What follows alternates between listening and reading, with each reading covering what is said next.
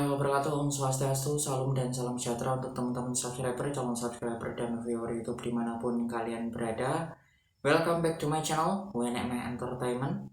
Tidak lupa, semoga hari ini teman-teman semua selalu dalam keadaan sehat, tidak kurang suatu apapun, selalu dimudahkan dalam segala aktivitas, selalu dimudahkan dalam mencari rezeki, dan tidak lupa saya doakan mungkin pada hari ini di antara teman-teman di luar sana ada yang kurang enak badan atau lagi sakit, kita doakan bersama-sama dan saya doakan agar cepat lekas sembuh dan bisa beraktivitas seperti sedia kala.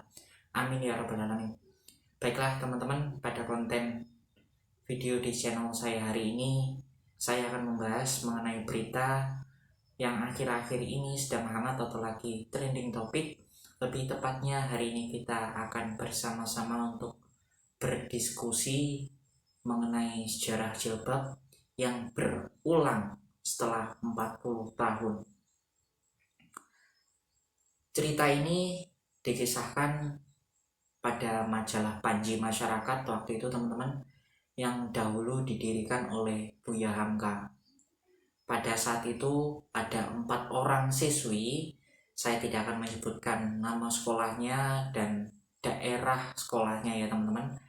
Dia atau si 4 siswi ini dikeluarkan dari sekolah. Mereka dianggap melanggar aturan tentang seragam sekolah.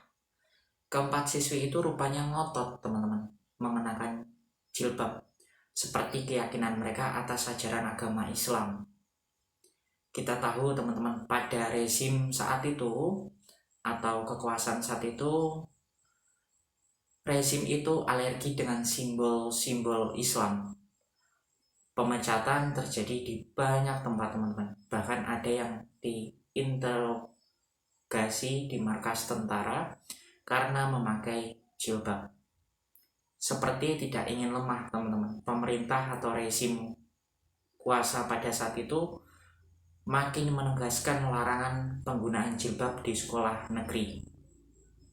Bahkan Direktorat Jenderal Pendidikan Dasar dan Menengah mengeluarkan surat keputusan atau SK tentang seragam sekolah yang pada intinya isinya tidak ada ruang bagi pengguna jilbab di sekolah negeri teman-teman. Yang bersikukuh menerapkan keyakinannya itu akan dikeluarkan dari sekolah. Cerita selanjutnya, kemudian muncul rumor soal jilbab beracun teman-teman, yakni perempuan berjilbab yang menebar racun di pasar-pasar. Awal kisah ini di pasar di Jawa Barat teman-teman. Saya ulangi, saya tidak akan mengatakan atau menyebutkan tempat atau daerah. Seorang perempuan dihajar massa saat itu teman-teman dengan tuduhan menyebar racun di bahan makanan. Tudingan yang absurd, saya duga itu untuk stigma negatif teman-teman.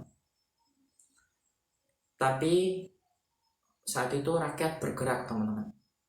Demonstrasi menentang larangan jilbab merebak. Rezim tak mungkin melawan gelombang massa yang menguat. Terlebih lagi dinamika politik bergerak. Pendulum menuju ke kanan mencari keseimbangan baru. Pada saat itu orang nomor 1 di Indonesia kemudian makin akrab dengan kalangan Islam. ABRI kekuatan utama sang penguasa, makin didominasi tentara hijau teman-teman. Akhirnya pada 1991 pemerintah secara resmi mengeluarkan SK atau surat keputusan Direktorat Jenderal Pendidikan Dasar dan Menengah soal seragam sekolah yang baru, bahwasanya siswi diperbolehkan memakai jilbab. Kontroversi tentang larangan pemakaian hijab atau jilbab di negara barat teman-teman. Sebagai warga negara Indonesia yang mayoritasnya beragama Islam, tentunya kita pasti kaget karena tiba-tiba saja teman-teman beberapa negara barat mengeluarkan kebijakan-kebijakan yang menurut nalar kita yang wajar seharusnya itu tidak perlu untuk dilakukan. Fobia terhadap berbagai kejadian yang mengatasnamakan terorisme dan menjual nama Islam justru semakin menimbulkan kesan bahwa memang Barat sangat takut dengan agama Islam. Ketakutan yang berlebihan inilah yang pada akhirnya membuat mereka lupa bahwa kebebasan Dan hak asasi manusia yang selalu mereka gembor-gemborkan malah pada akhirnya menjadi bumerang, karena faktanya mereka lah yang justru membuat kebijakan yang melanggar hak asasi manusia.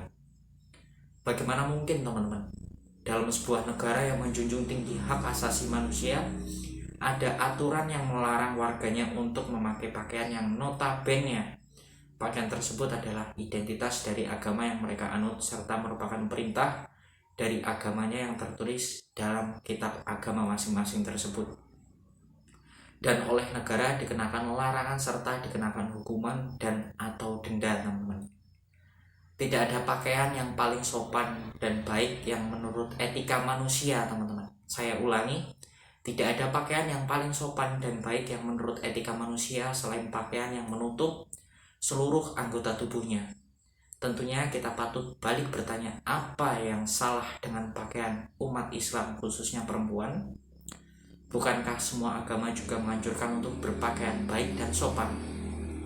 Kebijakan ini yang dibuat oleh negara-negara barat yang membuat peraturan yang melarang perempuan muslim berpakaian muslimah, yaitu berhijab atau berjilbab, justru semakin menambah kesan bahwasanya hak asasi manusia yang selama ini mereka agung-agungkan dan mereka dengung-dengungkan oleh negara-negara barat menjadi hampa, karena ternyata mereka sendirilah tidak memiliki acuan yang jelas tentang sejauh mana hak asasi manusia dapat melindungi warga negara mereka sendiri. Beragama adalah hak alamiah atau natural right yang dimiliki manusia dan merupakan hak dasar dalam hak asasi manusia. Setiap orang dapat memilih agama apapun yang mereka yakini dan tidak ada larangan untuk memeluk agama apapun. Hal tersebut tertulis dalam pasal 18 Piagam Deklarasi Undang-Undang Hak Asasi Manusia atau disebut DUHAM, yang menyatakan setiap orang berhak atas kebebasan pikiran, hati nurani, dan agama. Dalam hal ini termasuk kebebasan berganti agama atau kepercayaan.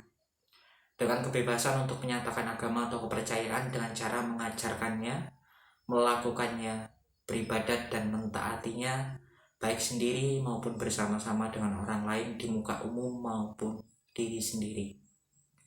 Begitupun dalam ICCPR atau Kovenan Internasional tentang Hak-Hak Sipil dan Politik, pasal 18 ayat 1 menyatakan setiap orang berhak atas kebebasan berpikir, keyakinan, dan beragama.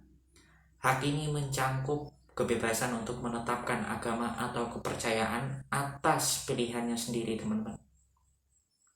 Dan kebebasan baik secara sendiri maupun bersama-sama dengan orang lain, baik di tempat umum ataupun tertutup, untuk menjalankan agama dan kepercayaannya dalam kegiatan ibadah, pentaatan, pengamalan, dan pengajaran. Kembali lagi kita berbicara mengenai hijab, teman-teman. Kata hijab atau jilbab berasal dari bahasa Arab yang berarti penghalang, penutup, dan pelindung, sarung, kemeja, kerudung, dan selendang. Sedangkan pengertian jilbab menurut istilah Al-Qurtubi mengatakan jilbab adalah pakaian yang lebih besar dari kerudung yang dapat menutupi seluruh badan perempuan. Dari pengertian menurut bahasa dan istilah yang telah disebutkan di atas, dapat disimpulkan bahwa jilbab adalah pakaian perempuan Islam yang dapat menutup aurat yang diwajibkan oleh agama untuk menutupnya, guna kemaslahatan perempuan dan masyarakat di mana ia berada. Jadi berita-berita akhir ini, teman-teman yang sedang hangat, sebenarnya permasalahan jilbab atau hijab ini tidak perlu dipermasalahkan, karena kalau kita berbicara soal agama, teman-teman, apalagi di masyarakat Indonesia, agama itu ketika dibicarakan adalah sebuah hal yang sangat-sangat sensitif.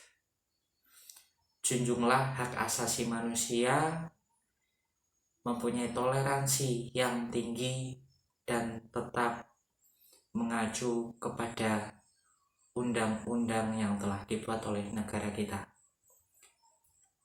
Saya rasa diskusi kali ini cukup, teman-teman. Terima kasih, cukup sekian pada konten kali ini berkaitan dengan sejarah jilbab yang berulang setelah 40 tahun. Jika teman-teman subscriber, calon subscriber, dan viewer merasa konten ini bermanfaat atau mungkin ada pertanyaan atau boleh dilanjut diskusi di komentar, silahkan untuk memberikan komentar di bawah. Jangan lupa untuk like, share. Bagi yang belum subscribe, silahkan untuk di subscribe, teman-teman. Tidak lupa saya ingatkan untuk teman-teman semua untuk selalu melakukan gerakan 4M, yaitu mencuci tangan, memakai masker, menjaga jarak, dan menghindari kerumunan. Tetap pada protokol kesehatan ya teman-teman. Saya mohon maaf bila ada salah-salah kata, kemudian jika cara penyampaian saya kurang menarik serta menyinggung perasaan teman-teman sekalian. Sekali lagi, saya tidak ada niat untuk menyinggung perasaan teman-teman sekalian. Mohon didikannya, mohon bimbingannya. Sampai jumpa di konten saya berikutnya. Wassalamualaikum warahmatullahi wabarakatuh.